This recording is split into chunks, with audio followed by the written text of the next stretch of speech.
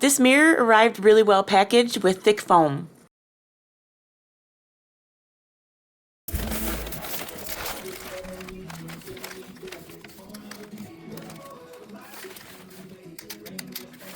Check out this wall mirror. You can hang it vertical or horizontal, whatever works best for your space. I love this horizontal. I didn't even realize how deep this was to where you can stick knickknacks on there. That is pretty cool. This is heavy duty and heavyweight and really good quality. It came really well and carefully packaged in foam, so everything was perfect when it came out. And this fits our wall space so nice. I really like the way it looks. There's about a 2-inch depth in here. Really thick wood around there.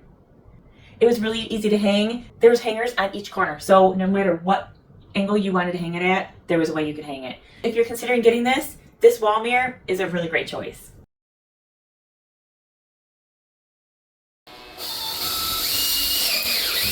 We don't have studs in the wall here, so we're using some really heavy-duty anchors to make sure it supports this heavy-duty mirror.